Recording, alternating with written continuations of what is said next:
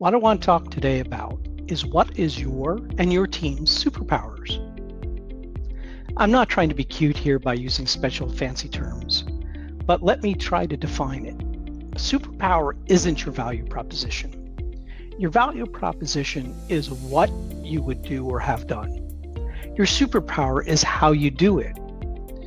For example, Superman's superpower is not saving the world. If I'm the JLA, I'm the Justice League of America, and I'm recruiting new recruits, I would want Superman on my team because he saves more people than anyone else in the world. That's his value proposition. He saves tons of people. We can show the metrics. He's the best. So that's why I would want him on my team. But that's not his superpower.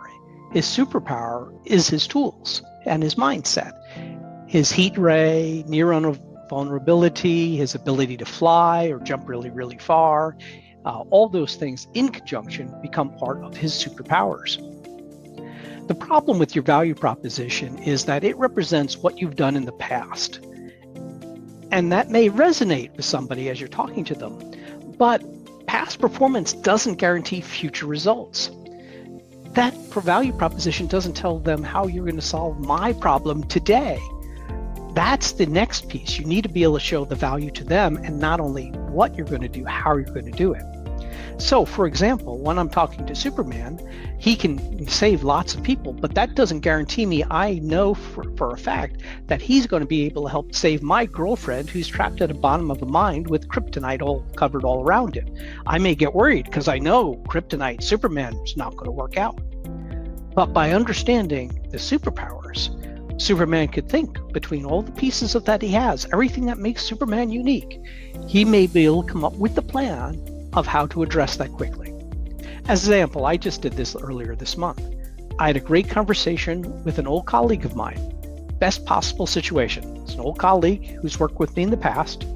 His CEO is an old manager of mine. So best possible situation.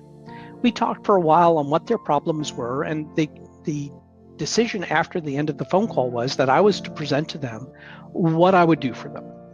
So within 12 hours, I was able to present a deck which said what the problems were that I heard, what I would do to solve it, why it was important from a strategic perspective and where they were trying to do it, how I would solve it in detail, including a breakdown of phases and a breakdown of deliverables, a calendar of those deliverables, and even the results they could expect. Now, if this was a fairy tale, I tell you, the next day they called me up and I got the job. But the reality is this isn't a fairy tale, and they haven't called me up to offer me the job yet. But I do know that I presented my value in a way that not only resonated, but told them in detail what I could do for them to solve their problem today. And as anyone will tell you, that's the most powerful way to present yourself. There's lots of reasons why they may or may not hire me, but that is one of those major gateways to show how I can be of real value. Now, that's important for ourselves as we're presenting ourselves to others. But it's even more important as a leader to know of your team and your team's superpowers. By knowing your team and your team's superpowers, you improve your ability to empower people. You know what they can and cannot do. You improve professional development. You can now hone their skill set and know the areas where they're weak, where they're strong, and help to make them better. And overall, you cannot do it individually, you can do it as a team as a whole. So let's use our example again, but this time we'll go to the X-Men. By knowing your team's superpowers and how they react, you now have your Xavier Mansion in your danger room.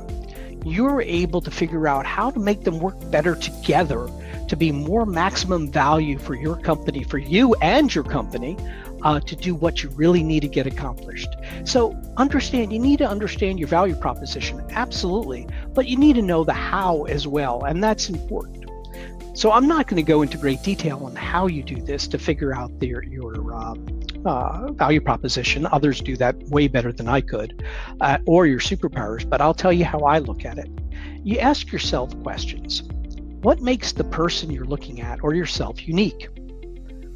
What hole would be left if you or that person left the organization? What are you or that person an expert at?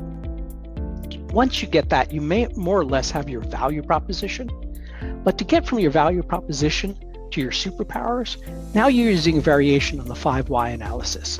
Not only do you say, okay, here's my value proposition, now how do I do it? And keep on breaking it down till you get to those bare facts, the tools, the mindset that you use to actually solve the problem. And once you have that, you'll know your team's superpowers and you'll be able to hone them to the maximum potential. Thanks. Have a great day.